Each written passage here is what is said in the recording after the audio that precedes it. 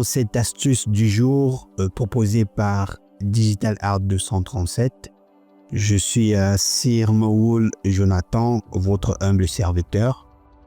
Alors pour aujourd'hui, nous allons voir comment créer des effets de réflexion de lumière directement sur Adobe Photoshop.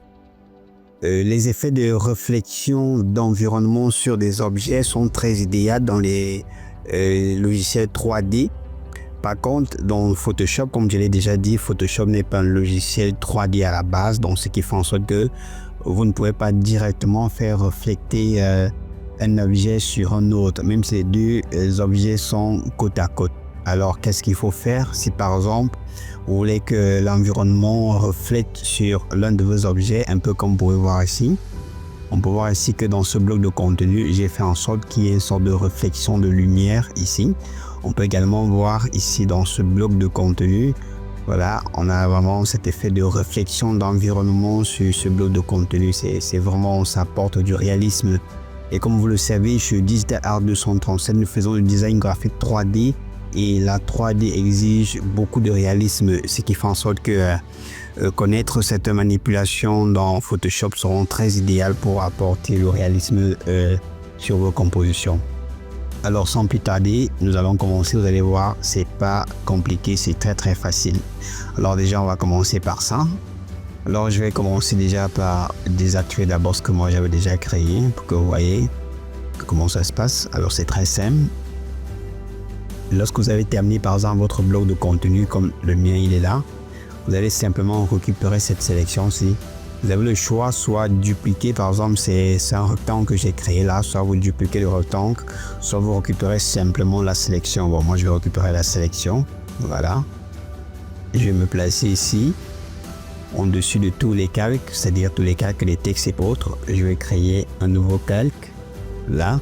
Je vais prendre l'outil pot de peinture qui est juste là. Je vais prendre une couleur complètement blanche. Voilà. Puis je vais remplir ma sélection avec la couleur que je vais le prendre.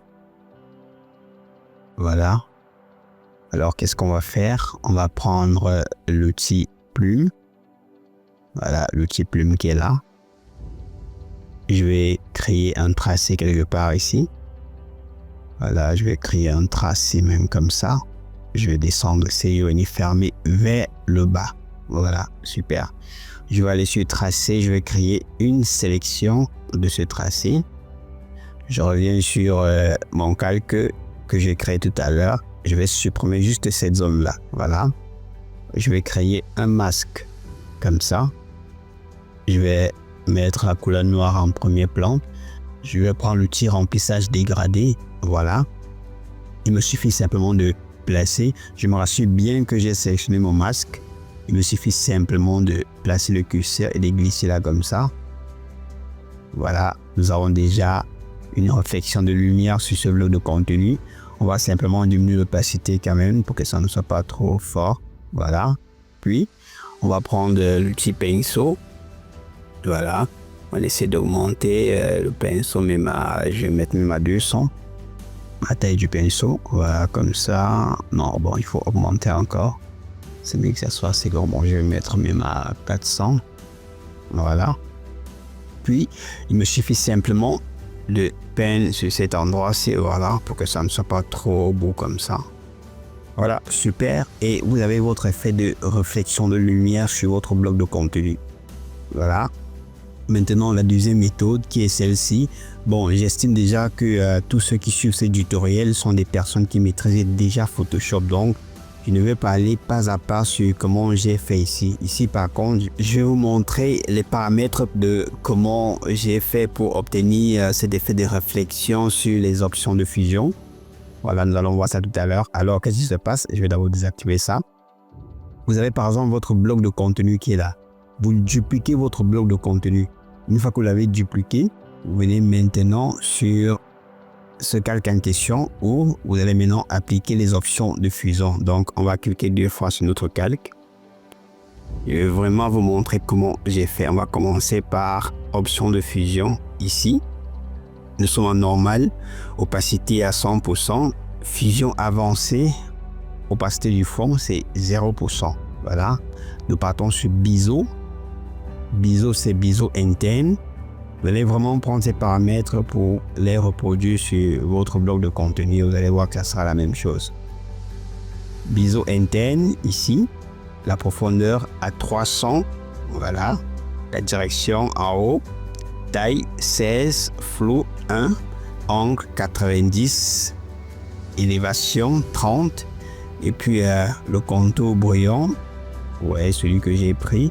C'est celui-ci que j'ai pris. Juste ici. Voilà.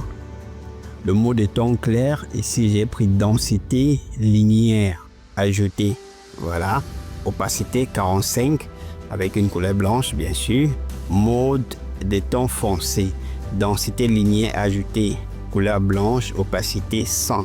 Nous venons sur ombre interne. Voilà. Mode de fusion, densité linéaire. La couleur elle est blanche. L'opacité elle est à 20. L'angle à 90, voilà, la distance 43, maigri 14, la taille 84. Au niveau de la qualité, contour, c'est le même par défaut et ça n'a pas changé. Bruit 0, voilà. Puis nous venons sur lueur interne. Mode de fusion, densité linéaire plus, opacité 30. Bruit 0, couleur noire. Voilà. Au niveau des éléments techniques, plus tamisé. Source, contour. Maigri 0, la taille 13. Au niveau de la qualité, c'est par défaut. Étendu, vous mettez 50. Variation 0. Venons sur dégradé. Mode de fusion, lumière tamisée. Il faut toujours activer tramage pour que le dégradé soit vraiment très lisse. Opacité 0. Le type de dégradé, c'est du noir au blanc. Style linéaire. Voilà. Angle 90. Échelle 150. Méthode classique. Voilà. Puis le dernier, c'est l'ombre portée. Vous mettez le mode de fusion à produit, la couleur elle est noire, l'opacité à 39. L'angle à 90, la distance c'est 3, grossi 0, la taille 57, la qualité par défaut, le bruit c'est 0. Voilà. Et dès que vous validez, je peux vous garantir que vous aurez le même résultat que j'ai ici. Ok, j'espère que cette astuce va vous aider sur vos compositions. Si vous voulez aller plus loin avec le design graphique, que vous soyez un amateur, un professionnel ou un passionné simplement, Digital Art 237 met à votre disposition les meilleures formations qu'il vous faut, que vous soyez débutant ou professionnel. Nous avons toutes les formations qu'il vous faut pour passer au niveau supérieur dans le design graphique. À très bientôt pour une nouvelle astuce.